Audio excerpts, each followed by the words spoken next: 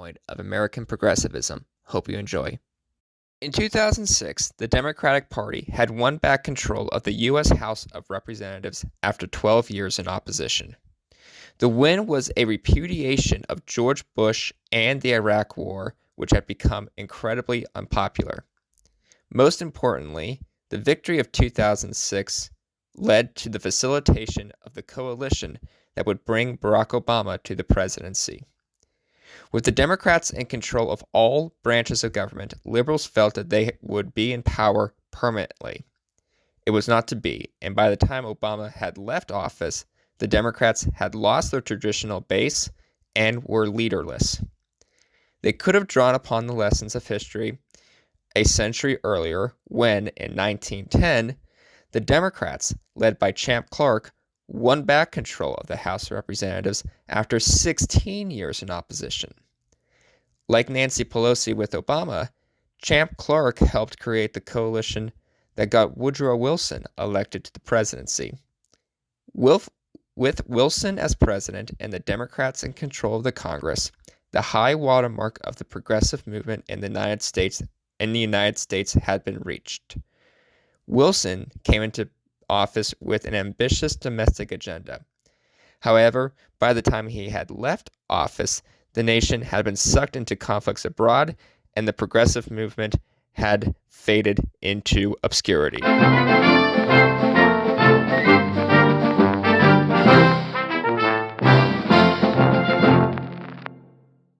The fourth-party system in American history coincided largely with the progressive movement and lasted from 1896 to 1932. The progressives comprised mostly of middle-class reformers who called for economic and political change. Some of the key issues raised by the progressives included direct election of senators and a crackdown on party political machines.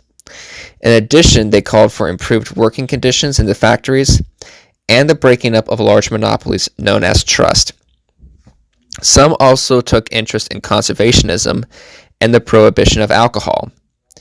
Progressives were prominent in both political parties. However, their greatest champion from 1901 to 1908 was without a doubt Theodore Roosevelt. Roosevelt left a tremendous legacy on American life, calling for the creation of the FDA and created the national parks. Roosevelt wanted to continue his legacy, and so appointed William Howard Taft, his successor, as the Republican nominee. Taft, though a conservative by nature, was also committed to the progressive cause. He had easily won re-election in 1908, promising to continue the progressive agenda, albeit in a more conservative direction. One of his first tasks was to lower the tariff bill, which he believed would appeal to progressives within his party. Progressives within both the Republican and Democratic parties felt that tariffs were, quote, the mother of all trust, as they would hurt the consumer. However, there remained a large pro-business contingency within the Republican Party. Senators Nelson Aldrich of Rhode Island and Representative Sereno E. Payne of New York proposed a far less reduced tariff bill. The Payne-Aldrich tariff, as it was known, also increased rates on certain goods. Despite the Democratic Party platform calling for a reduced tariff, Aldrich was able to win over people like Senator Joseph Bailey of Texas into supporting the bill. This move was denounced by William Jennings Bryan and other House Democrats. In order to prevent such divisions in the future, the Democratic caucus would impose new rules to enforce greater discipline. Though he immediately did not want to sign the bill, Taft later buckled and signed the bill, and even doubled down on it, calling it the greatest tariff reform bill passed by the House. It made progressives increasingly distrustful of Taft and created divisions within the Republican Party. Roosevelt, still the standard-bearer of the progressive movement, felt betrayed. He publicly broke with Taft in a speech in Osawatomie, Kansas, calling for a new nationalism, and moved further to the left. The public rift between Taft and Roosevelt inevitably caused divisions within the wider GOP. Conservatives were siding with Taft, and progressives were siding with Roosevelt. Seeing the division, Democrats were energized and made plans to take back the Congress in 1910. Going into the congressional elections, the Democrats were led by Congressman Champ Clark of Missouri. The leader of the GOP was led by James Robert Mann.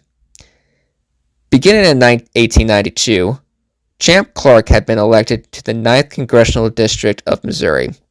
It largely represented rural areas in the middle of the state. In 1909, he was elected head of the Democratic caucus and would begin the tough and difficult path of re-navigating the party back to power. Clark himself was not particularly ideological. However, he proved to be a capable coalition builder amongst the Democratic caucus and fought for lower tariffs proposed by Taft. A contemporary described him as, quote, a man of commanding presence, a ready, forceful, and often witty speaker.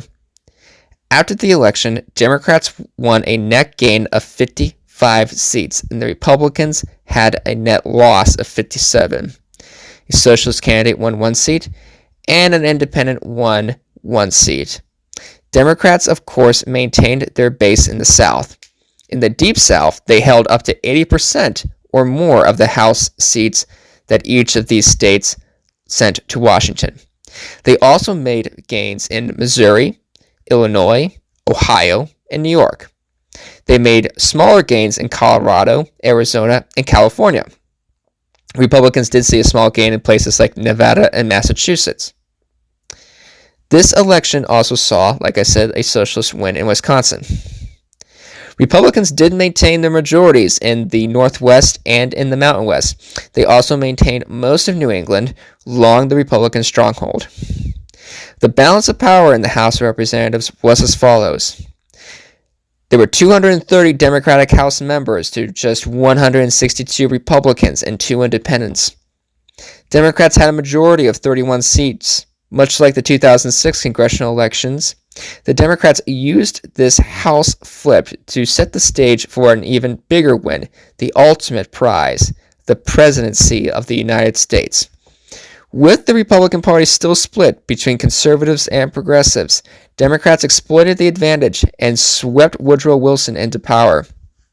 After winning the election, Clark would be one of Wilson's most enthusiastic supporters, supporting states' rights, lowering the size of the federal budget, and reducing the tariffs. He would also be a progressive reformer for the cause of farmers. Wilson was brought to power by a conservative political machine, but turned out to be a true progressive and exploited the Republican division. Despite a last-minute entry for the nomination of the Democratic Party by House Speaker Champ Clark, Woodrow Wilson ended up winning the nomination and then the presidency. Wilson would then impose a progressive legislation that would prove to be the high mark of the era. Democrats also won more congressional seats in the 1912 presidential elections. They made further net gains of 62 seats, and the Republicans lost a further 28 seats. Roosevelt, who broke away from the Republican Party to form his own party, known as the Bull Moose Party, won 10 seats, and the Socialists had lost 1 seat. During his continued tenure as House Speaker, Clark continued to support Wilson. However, he became increasingly distrustful of Wilson as he opposed legislation such as the creation of the Federal Reserve System and adamantly opposed the creation of a League of Nations in the United States entry. This last move ultimately killed off the progressive movement, and it proved Wilson to be too idealistic and a bit of a warmonger. By the time the 1920 election had rolled around, Champ Clark would end up losing his House seats in the democratically controlled Missouri, and Woodrow Wilson would fade into obscurity, thus ending the progressive era of the United States and ushering in a conservative era that would dominate the entirety of the 1920s. So I hope you enjoyed today's video, and if you have any further questions or want to comment, do not hesitate to like and subscribe to my channel. Thank you.